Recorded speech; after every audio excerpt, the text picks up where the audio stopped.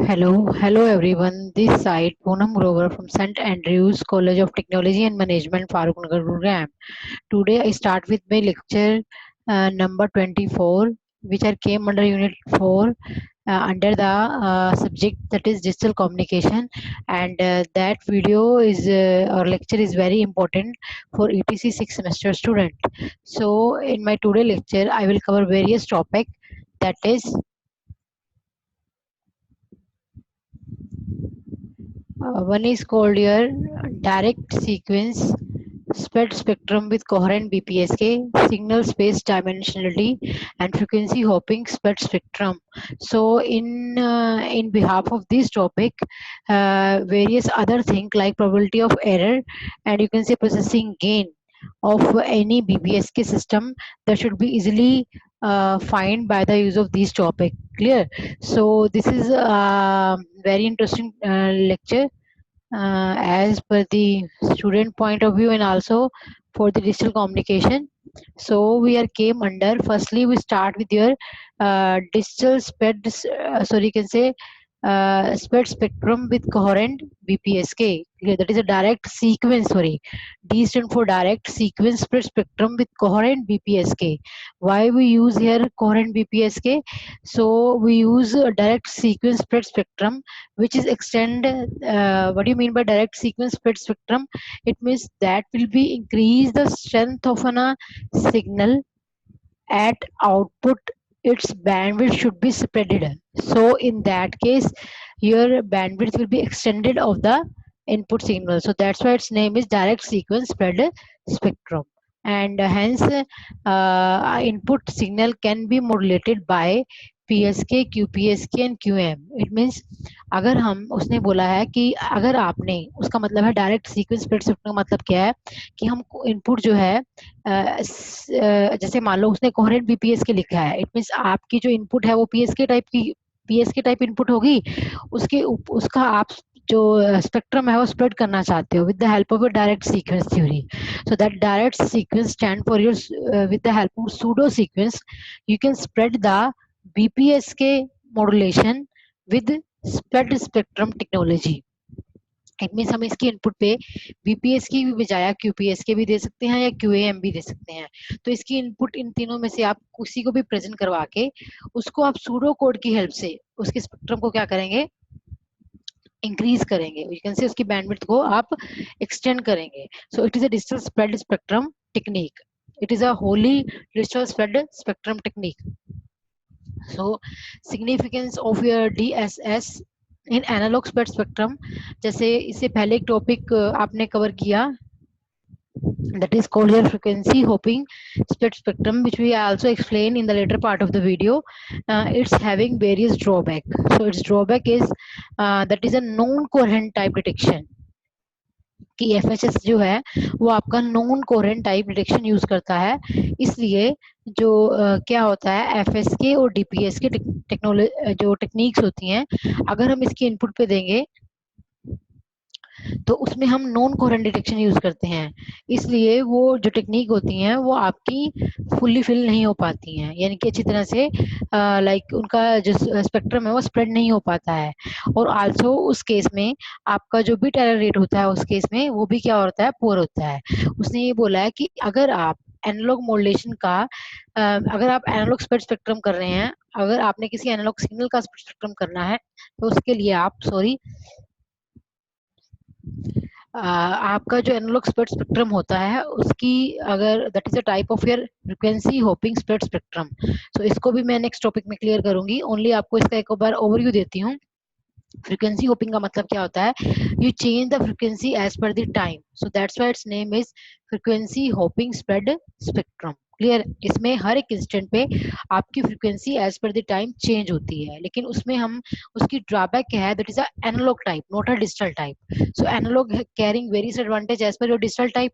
So your upper one that is DSS, D triple S, you can say direct sequence spectrum that is a more beneficial as per your analog spectrum, because that spectrum is digitally, or your analog spectrum that is a type of your FHSS that is having various drawback. One is called here in which we can use non-coherent type detection, and second one is at the input we only present FSK and DPSK. Clear? Not doing PSK, QPSK and QM at the input. Clear? So other one last error is its bit error rate is very poor. Clear? So in case of analog modulation, your bit error rate is very poor. Or second one, its bandwidth efficiency due to analog spectrum, its bandwidth efficiency is also poor. So that will be carry various disadvantage. So that frequency hopping of spectrum, we can avoid these technique as per your digital modulation. Again, you can came under with your D triple S. Clear? Your figure is not clear here, but I can clearly show by the use of that diagram. Here the one signal is called here M of T. Clear?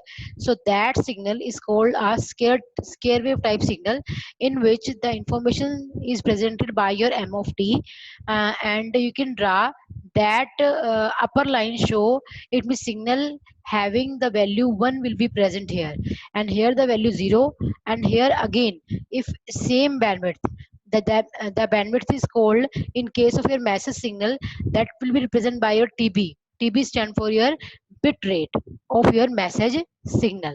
So here a bit rate for 1 and here the bit rate for 0, that will be also show by TB. Okay. Another one, here the wave will be continuously at the period 1, so up to TB its value is here is also 1 and here is also 1. So information or you can say message signal that should be represented by any way, so many times 1 and 0 or either continuously 1 and 0. Clear? That will be depends upon you how you present that particular message signal with your bit rate, that is TB. Clear? Next is called your PT stand for your that is a pseudo that is a type of your pseudo sequence. Clear? आपने पिछले मेरे lecture में पढ़ा था अच्छे से, मैंने आपको अच्छे से टर्म क्लियर की थी, what do you mean by pseudo sequence and how it is used in your modulation. Then here we use a pseudo sequence that will be represented by your P of T. Clear? तो हम क्या करेंगे after modulation, जब आपकी input पे कोई भी PSK होगा या फिर आपका QAM है या QPSK है, उसको आप किसी सीक्वेंस सूडो सीक्वेंस से क्या करेंगे मल्टीप्लाई करेंगे. वो मल्टीप्लाई होने के बाद जो आपका कोड जनरेट होगा that is called C of T, that will be spreaded out, or you can say you getting at the output with extended bandwidth. Clear? How it is extended, that will be shown by that diagram. Clear? So the pseudo sequence, that is a desired code. Clear? So here we mention at the time 1, जहां पर आपकी wave की value 1 है, वहां पे मैंने pseudo sequence use किया है जिसकी वैल्यू क्या है 1 0, यानी कि आपका 8 एक सूडो सीक्वेंस को आपने पूरे 8 इंटरवल्स में डिवाइड किया है. Clear?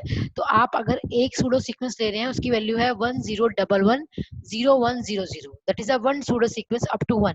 Clear? Here show by clearly. Clear? Again 1011, again 1011 0100, again 1011 0100, again 1011 0100. So that value will be shown by that particular type of pulses. Where the signal is value is 1, that will be upper one, and where the signal value is 0, that will be lower one. So by the use of these signal, we can you can say spread your pseudo sequence in the form of your coding. Clear? तो आपने उस pseudo sequence को उसी वे में represent कर लिया है. अब इन दोनों में क्या होगी, यू कैन से स्प्रेडर, जब आप एक स्प्रेडर लगाएंगे इनपुट पे और यू कैन से मॉड्यूलेटर लगाएंगे, मॉड्यूलेटर की एक इनपुट पे आप M of T देंगे और दूसरी इनपुट पे आप कोई सूडो सीक्वेंस देंगे. जब ये दोनों सिग्नल मल्टीप्लाई होंगे तो फाइनल आपको आउटपुट मिलेगी C of T. क्लियर? सो हमें C of T कैसे मिलेगी, ध्यान से देखिए. जहां पे आपका इनपुट सिग्नल 1 होगा वहां पे आपको जो सूडो सीक्वेंस आपने दिया है वो सेम का सेम आपका जनरेट होगा विद वैल्यू 1 एंड 0. तो देखो यहाँ वैल्यू 1 है सूडो सीक्वेंस की, यहाँ 0 है, again 2 times 1 then 0 then again 1 then 2 times 0, तो आपको सेम सूडो सीक्वेंस मिला, क्लियर। और जहां आपके सिग्नल की वैल्यू 0 है, ठीक है, 0 will be show by your -1 and 1 will be show by your 1। सो अगर आप किसी फंक्शन को 1 से मल्टीप्लाई करेंगे तो सेम वैल्यू आएगी, अगर आप किसी फंक्शन को -1 से वैल्यू से मल्टीप्लाई करेंगे तो वैल्यू क्या आ जाएगी, अपोजिट आ जाएगी। तो इसमें क्या होगा, जो आपका 1 है वो 0 में चेंज हो जाएगा और जो 0 है वो किस में चेंज हो जाएगी, 1 में चेंज हो जाएगी। So same will be follow as again after up to 0 you can again came under your one part, so here the pseudo sequence repeat itself। so जिस तरह आपने सीक्वेंस को जिस वे से स्टार्ट किया है एट 1 0 1 1 0 1 0 0, उसी सीक्वेंस में यहाँ सेम मिलना शुरू हो जाएगा। तो ये मैंने पूरी वेवफॉर्म ड्रा नहीं की है, तो you can be draw itself. मेरे कहने का मतलब ये है कि जहाँ सिग्नल की वैल्यू 1 होगी सूडो सीक्वेंस हमें वैसे का वैसे मिलेगा, जहाँ -1 होगी वो क्या मिलेगा, हमें अपोजिट मिल जाएगा। So these are the waveform representation of your direct sequence spread spectrum in case of your BPSK. Clear? तो इसमें मैंने क्या किया है, आपके लाइक जो आपका आपने अगर इस पूरे सीक्वेंस के मैसेज सिग्नल के एक पूरे 1 को आपने टीबी बोला है, that stand for your bit rate, और इस पूरे सूडो कोड के सीक्वेंस को अप टू 1 पॉइंट तक आपने बोला है chip rate, clear. So PT stand for your chip rate which can generate, और you can say chip generation एक ब्लॉक होगा जिसके थ्रू आप डिजायर्ड सूडो सीक्वेंस को जनरेट करेंगे as per your block diagram. So that will be more clear in my letter part of the video. तो आपने क्या किया, आपके एक पर्टिकुलर बिट रेट के अंदर 8 सीक्वेंस आ रहे हैं किसके, सूडो सीक्वेंस के, तो उसने वही लिखा हुआ है कि TB is equal to 1/8 of TC, clear। So when these two are multiplied, then at the coded output we are getting the high bit rate, clear। So there will be a, कह सकते हैं कि आपकी output पे क्या हो रही है, इन दोनों के बीच में एक्सनोरिंग हो रही है, क्लियर। एक्सनोरिंग मींस अगर तो दोनों 1 है तो आउटपुट 1 आ रही है, अगर दोनों 0 है तो आउटपुट क्या आ रही है, आपकी 0 आ रही है। लेकिन इस केस में क्या हो रहा है, अगर आपका ये वाला 0 है और ये वाला 1 है तो आउटपुट क्या आ रही है, 0 आ रही है, क्लियर। यानी कि दोनों सेम है तो आउटपुट वही आ रही है, 1 है तो 1 है, 0 है तो 0 आ रही है। लेकिन अगर दोनों डिफरेंट है तो आउटपुट उसकी अपोजिट आ रही है, क्लियर। तो ये चीज आपके ये दोनों जो सीक्वेंस हैं वो आपस में मल्टीप्लिकेशन के बाद क्या फंक्शन परफॉर्म कर रहे हैं, एक्सनोरिंग, क्लियर। सो एक्सनोरिंग के फंक्शन के थ्रू, यानी कि जो आपका बीच में प्रोडक्ट मॉड्यूलेटर लगा होगा जिसकी एक इनपुट क्या होगी, आपकी एम ऑफ टी, और एक तरफ से आप सूडो सीक्वेंस की हेल्प से उसको सिग्नल क्या देंगे, पी ऑफ टी, क्लियर। तो आपको जब दोनों जो सिग्नल्स हैं वो एक मल्टीप्लायर के थ्रू, मॉड्यूलेटर के थ्रू या स्प्रेडर के थ्रू जब मल्टीप्लाई होंगे तो आउटपुट पे जो सीक्वेंस मिलेगा that will be both behave as XNORing of your output, यानी कि आपकी आउटपुट इग्नोर होके मिलेगी, क्लियर। सिंपल एक यानी कि याद रखने का तरीका है। बाकी अब जिस वजह से मैंने आपको वेवफॉर्म में बताया है आप वैसे भी रिप्रेजेंट कर सकते हैं, clear. So again you can come with your how we can perform the DSS operation, clear। So here we show a diagram with DSS. Here we can say that is a DSS with coherent BPSK. That is a one major thing which we can use in your DSS in BPSK. So here the name is binary phase shift king with coherent detection, clear। Coherent means the carrier which we will be used at the receiver, the same carrier will be used at the transmitter। So both of the carriers are synchronized with each other, clear। तो इसमें क्या होगा, आप जो भी original signal देंगे वो आपका PSK भी हो सकता है, QPSK भी हो सकता है, या फिर QAM भी हो सकता है। तो ये आपका ओरिजिनल सिग्नल क्या होगा, M of T होगा।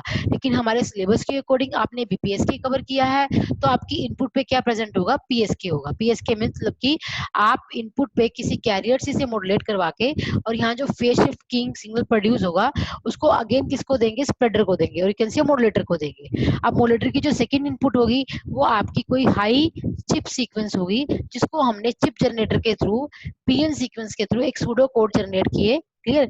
जिसकी जो लाइक लेंथ है, length of the pseudo sequence will be represent by your L, clear. ठीक है, तो आप इन दोनों को जब मॉड्यूलेट करेंगे तो यहाँ जो सिग्नल मिलेगा वो क्या होगा, आपका स्प्रेडेड आउट हो जाएगा। इट मींस योर बैंडविड्थ जो होगी उस सिग्नल की that will be you can say same as your chip generator circuit bandwidth, clear.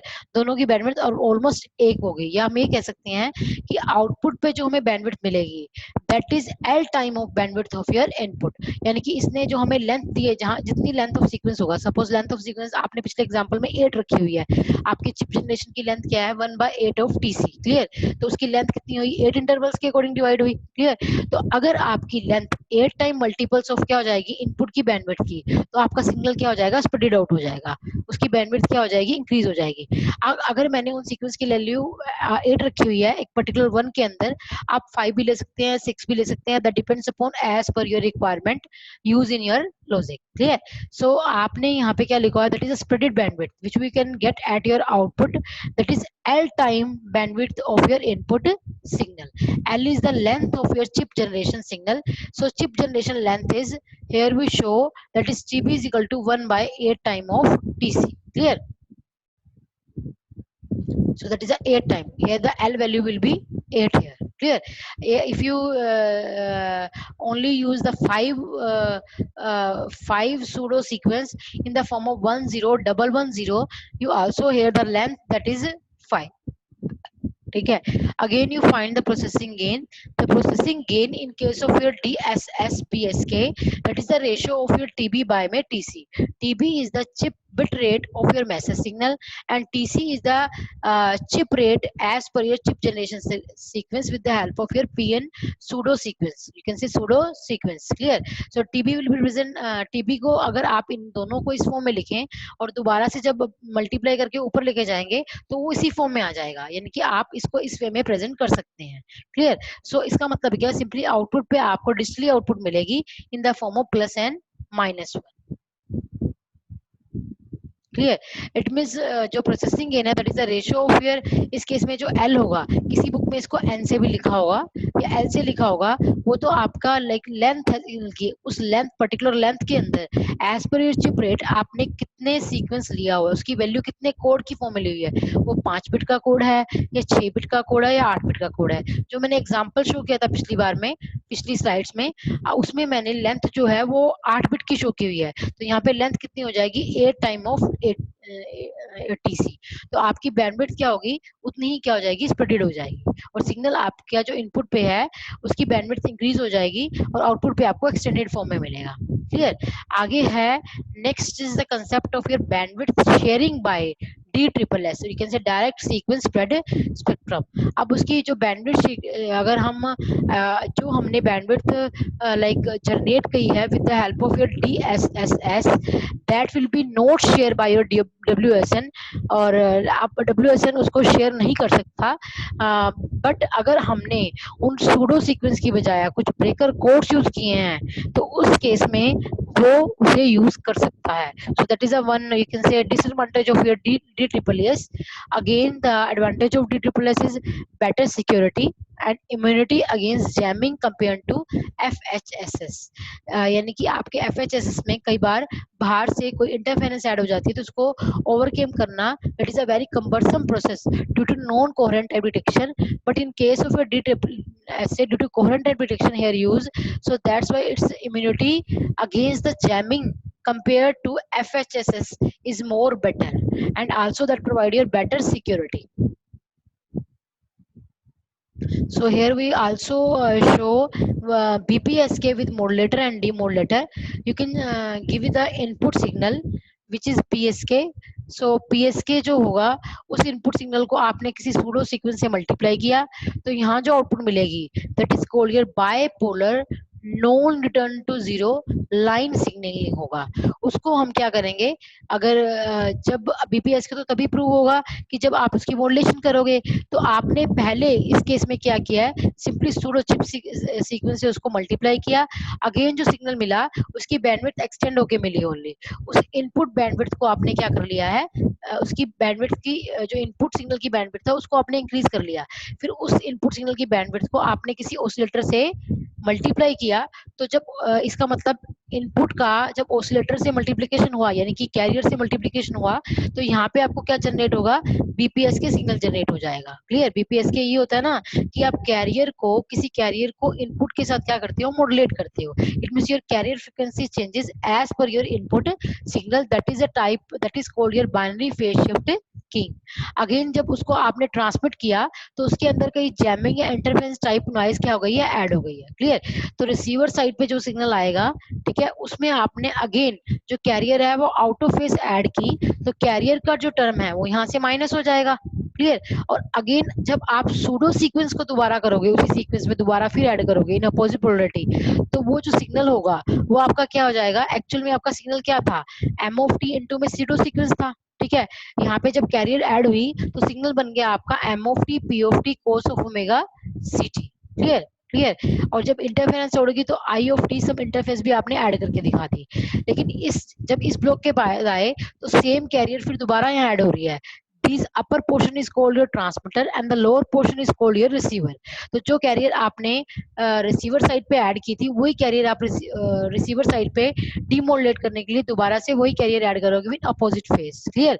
तो कैरियर आपकी माइनस हो जाएगी और जो सूडो सीक्वेंस है वो क्या करेंगे आपके, वो आपके इंटरफेरेंस को हाई चिप रूट होने की वजह से इंटरफेरेंस को अवॉइड कर देंगे। तो यहाँ पे हमें ओरिजिनल सिग्नल मिल जाएगा एम ऑफ टी। क्लियर है? So that is a block diagram of your coherent BPSK with direct sequence spread spectrum. And you can also find the SNR. Here we show when the chip rate is more, in that case your you can say signal to noise ratio that will be represented by EB by में J divided by N by TB. तो इसका मतलब अगर cheap rate high होगा तो signal to noise ratio भी high होगा और जो स्प्रेडिंग है वो भी क्या होगी आपकी, ज्यादा होगी, और interference will be less effective. Natural सी बात है, अगर नॉइज कम होगी सिग्नल मोर पावरफुल होगा, then noise interference will be less effectively. Again you can come with your frequency spread spectrum, or you can say frequency hopping spectrum. This is a type of your analog type spread spectrum. So here we discuss the various point for the frequency spread spectrum, frequency, or you can say frequency hopping spectrum. Firstly you can deal with your block diagram of FHSS frequency hopping spectrum, then you deal with your modulation technique, and third one is called your frequency hopping, and the fourth one is called your difference between your FHSS and FDM. This is a very interesting topic or a main topic as per your exam point of view. And the lastly we cover the slow hopping and your fast hopping, and the last one is performance of your FHSS, and then application of your FHSS. Clear? So firstly we can come with your FHSS. FHSS stand for frequency hopping spread spectrum. It means as per your spectrum at the output will be spread it out with frequency changes. Frequency is hop means frequency changes. So that's why its name is frequency changes spectrum. So whenever the frequency changes, in that case that is called your analog type frequency hopping, or you can say analog type spread spectrum technique. Its frequency will be changed, but in digital frequency will be not be changed. Only the level of the signal will be changed from 1 to 0. Clear? So in that case we can say you can giving the input frequency hopping, it means your input will be frequency type. So here we giving the signal FSK, and that signal will be multiplied with your some pseudo code. The pseudo code that will be generated by your PN generator आपका एक pseudo code generate करेगा। अगर suppose करो कि वो pseudo code 3 bit के हैं तो 3 बिट के अकॉर्डिंग उसकी फ्रीक्वेंसी क्या बनेगी, आपने 3 बिट को अगर पूरा स्प्रेड करोगे तो किस फॉर्म में स्प्रेड किया जाएगा, वो 0 0 0 0 0 1 0 1 0 अप टू 1 1 1। तो हर एक को मैंने एक फ्रीक्वेंसी डिनोट किया है, 0 0 0 with frequency f1, clear, 0 0 1 with frequency f2।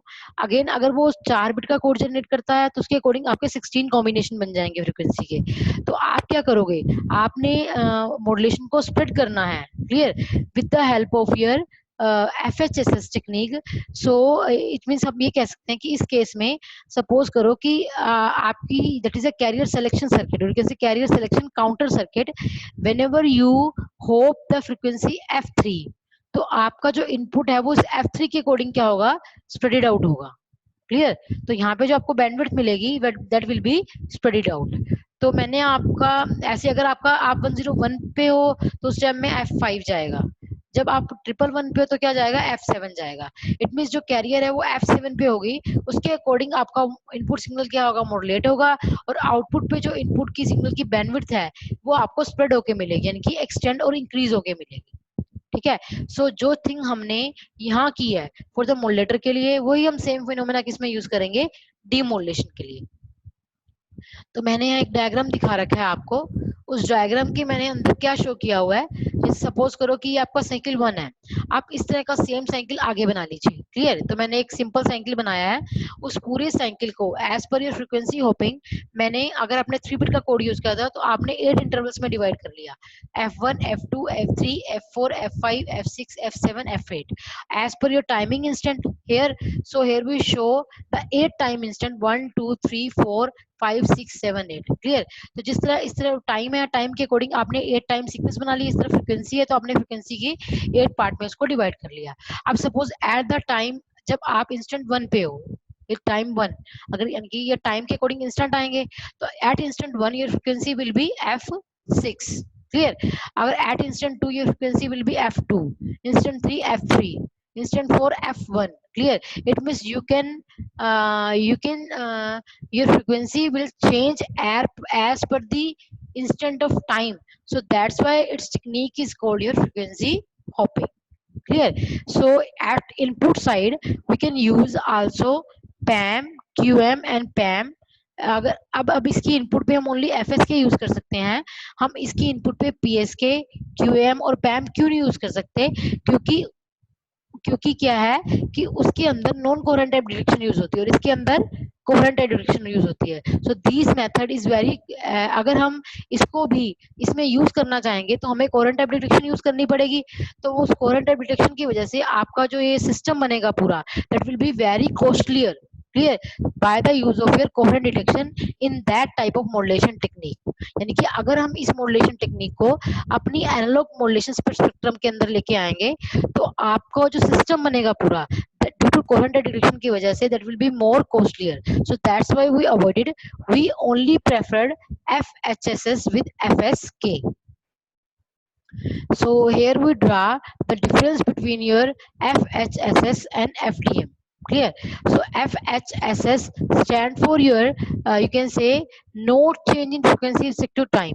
जैसे आपने 4 इंटरवल लिए हैं, F1 F2 F3 F4, उन चारों फ्रीक्वेंसीज को आपने 4 चैनल में डिवाइड कर दिया। तो फिगर को ध्यान से देखिए, सिर्फ टाइम होता है आपका हर चैनल के ऊपर फ्रीक्वेंसी सेम है, that will be bounded with your F1 F2 F3 and F4।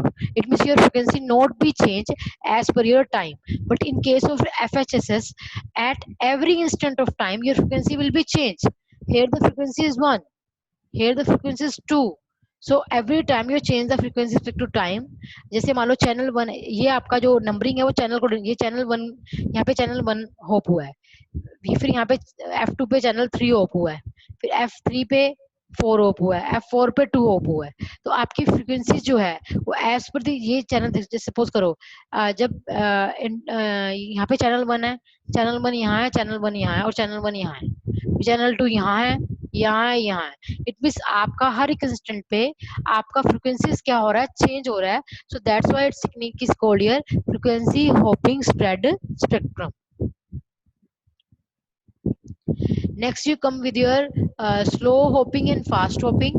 if you chip rate generate by your chip generator, or you can say pseudo sequence, and if its chip rate is less than your TB, and TB is called your bit rate of the modulating input signal, so whenever the chip rate is less than TB, that is called your uh,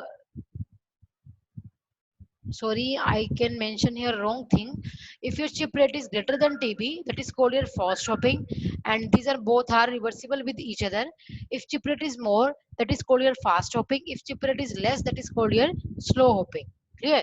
So as per your requirement of your digital modulation, we only prefer fast hopping because of its chip rate is more। so if the chip rate is more, your signal to noise ratio will be also more। in that case your you can say your length of the signal at the output will be more spread out, so bandwidths are also increased more as per your fast hopping technique।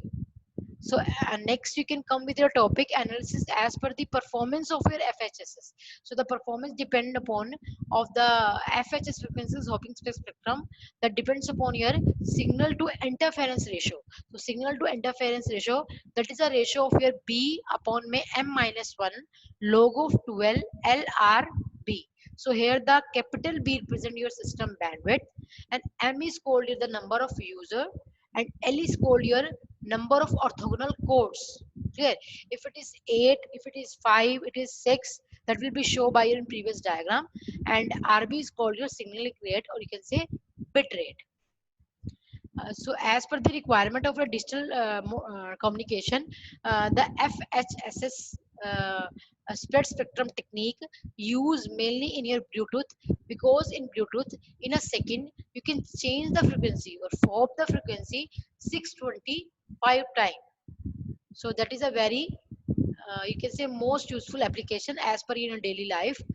And another application that it will be used in joint practical radio system. Clear? Again you can come with your topic signal space dimensionality. So what do you mean by signal space?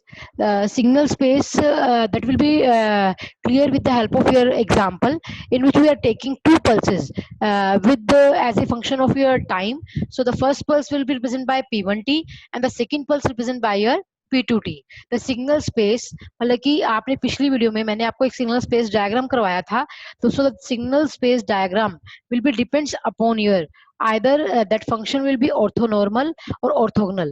मैंने ये बोला था कि अगर आपका function orthogonal है तो उसकी वैल्यू 0 होगी, अगर वो ऑर्थोनॉर्मल है तो उसकी वैल्यू क्या होगी, 1 होगी. तो उसकी सिग्नल स्पेस डायमेंशंस की वही प्रॉपर्टी का को हम यहाँ पे उस चीज को प्रूव करके दिखाएंगे, how the particular two function are orthogonal and orthonormal between each other with the help of one example.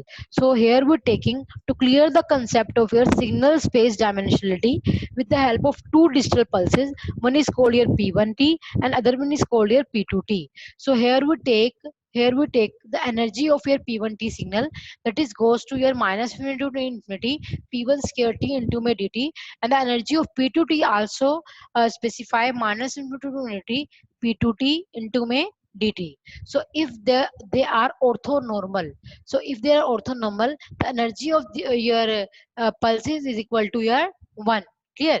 But अगर if आपका आप इनका जो है इनर साइड्स को अगर कैरी करें तो क्या होगा, आप उसी फंक्शन को अगर आप माइनस इनपुट इनपुट इंक्रीज करते हैं, आपके दोनों पल्सेस को आप मल्टीप्लाई कर रहे हैं, तो उस टाइम में वो क्या आएगा, 0 आएगा. तो अगर उसकी वैल्यू 1 आ रही है उन पल्सेस की, तो that is called your orthonormal. अगर उनकी वैल्यू 0 आ रही है तो that is called your orthogonal. Clear?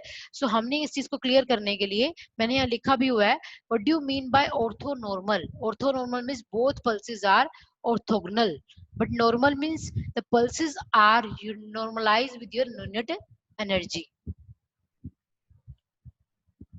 So P1t and P2t constitute the basis function for a signal space. Clear?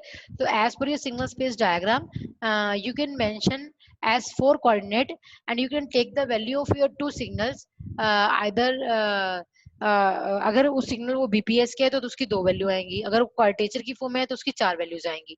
वो टॉपिक्स मैंने आपको बड़े अच्छे से पहले वाली वीडियो में समझाए हैं.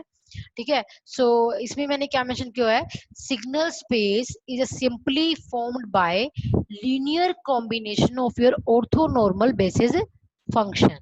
Clear? That is a linear combination. If you say your first pulse energy, that is P1t, and the second pulse energy with P2t, if both are energy will be added, then it will be added by some constant alpha 1t and alpha 2t.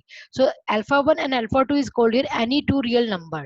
So the linear combinations of element of single space, so that is a linear combination of elements जो इनका linear combination आएगा इन elements का, so that is called your signal space.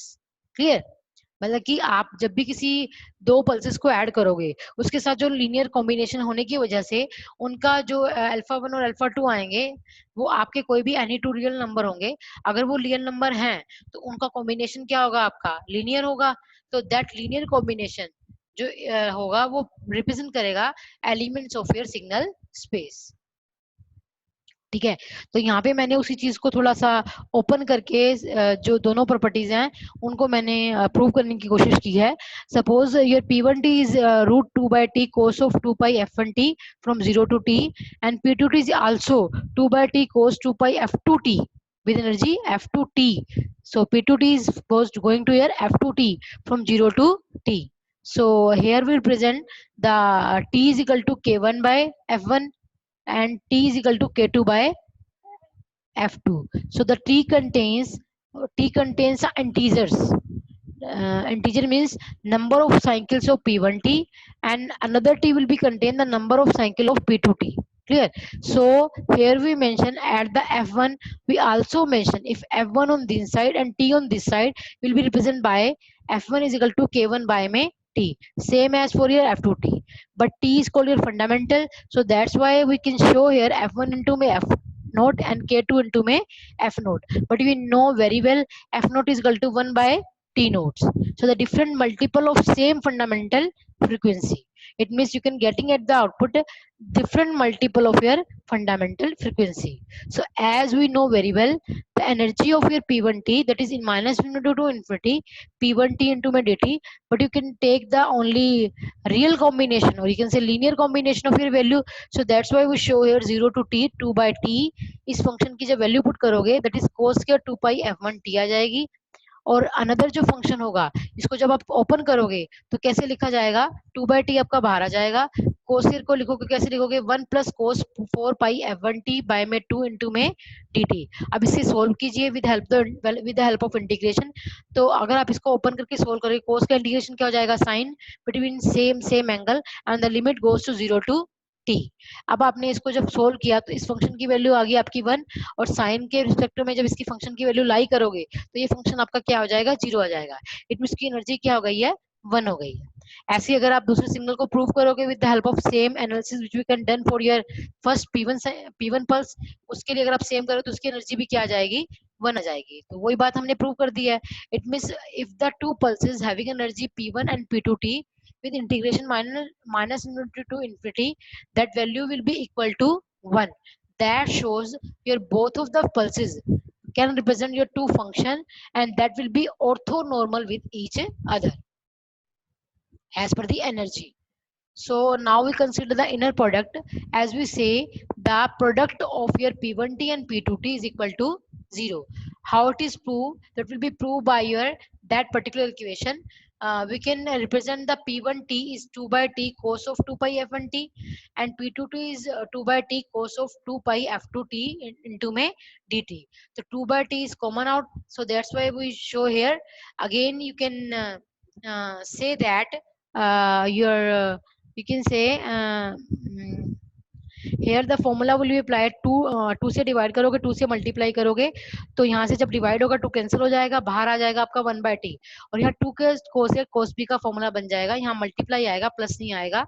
तो 2 cos से cos b का formula क्या होता है, cos a plus b plus cos a minus b। आपने उस टर्म को खोला तो आपको पता है कि आपका f1t f1 प्लस f2t क्या होगा, आपका k1t, एंड f2t क्या होगा आपका k2 2 बाय में t। आपने उसमें t कॉमन निकाल लिया तो आपका टर्म आ गया k1 प्लस k2 बाय में 1/t, and hair also T को आप किसे प्रेजेंट कर रहे हो, फंडामेंटल से, तो मैंने वो फंडामेंटल फ्रीक्वेंसी लिख दी। वही सेम टर्म आप किसके लिए यूज करोगे, k1 माइनस k2 इंटू में f not for your second P2 pulse. Clear? अब आपने उन पल्सेस की जब वैल्यू पुट की तो अगर आप इस टर्म्स को जब करोगे लाइक ओपन करोगे इसको, तो अगर आप इसको लाइक इस पूरी चीज को जब इंटीग्रेट करोगे तो कोस टर्म किस में चेंज हो जाएगी आपकी, sin 2 pi f1 plus f2 pi में same angle, and same as for sin 2 pi f1 minus f2 2 pi with energy limit 0 to t।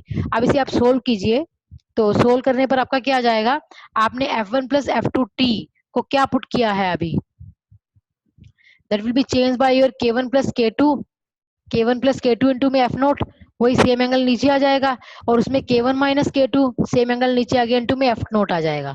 Clear? तो अब आप जब इस एंगल की वैल्यू निकालोगे इस फॉर्म में लिमिट के अकॉर्डिंग, तो आपका ये फंक्शन इक्वल टू क्या आएगा, 0 आ जाएगा, because of the integer multiple are 0 with each other. So we can say that अगर आपने जो फिनोमिना एक को सोल्व करने के लिए यूज किया और उसकी वैल्यू 0 आई है, तो दूसरे जो फंक्शन है जो f1 माइनस f2 फ्रिक्वेंसी से है, उसकी वैल्यू भी क्या आएगी आपकी, 0 आ जाएगी। So both of the function as per the inner product are equal to 0. So 0, so P1t and P2t are orthogonal with each other. So in my today lecture, we can explain the various term, that is your direct sequence spread spectrum in case of your PSK, and also you can prove the signal space dimensionality with the help of your two pulses P1 and P2 having energy, and and also you can clear the concept of your frequency hopping and why we can use not use as per in case of your you can say QAM or another modulation technique, because the frequency hopping that will be that is an analog type of hopping, so that's why we not use in your PSK due to coherent detection. So we can explain many topic more clearly. So if you are having any doubt, you can please ask me. So इस topic के अंदर आपको जो ये topic है वो as per the exam point of view से बहुत इंपॉर्टेंट है, तो प्लीज इसे अच्छे से पढ़ के जाना, ठीक है। और signal space dimension, frequency hoping that is a very most important topic in that of the lecture. So that topic will be clear one by one by me. So here we also show the waveform for your DSSK and diagram. At the upper side, you can say transmitter and receiver. Also show with the help of your BPSK, and you can say BPSK type coherent detection. So I can explain each and everything in detail. So thank you for listening my lecture. Thank you very much.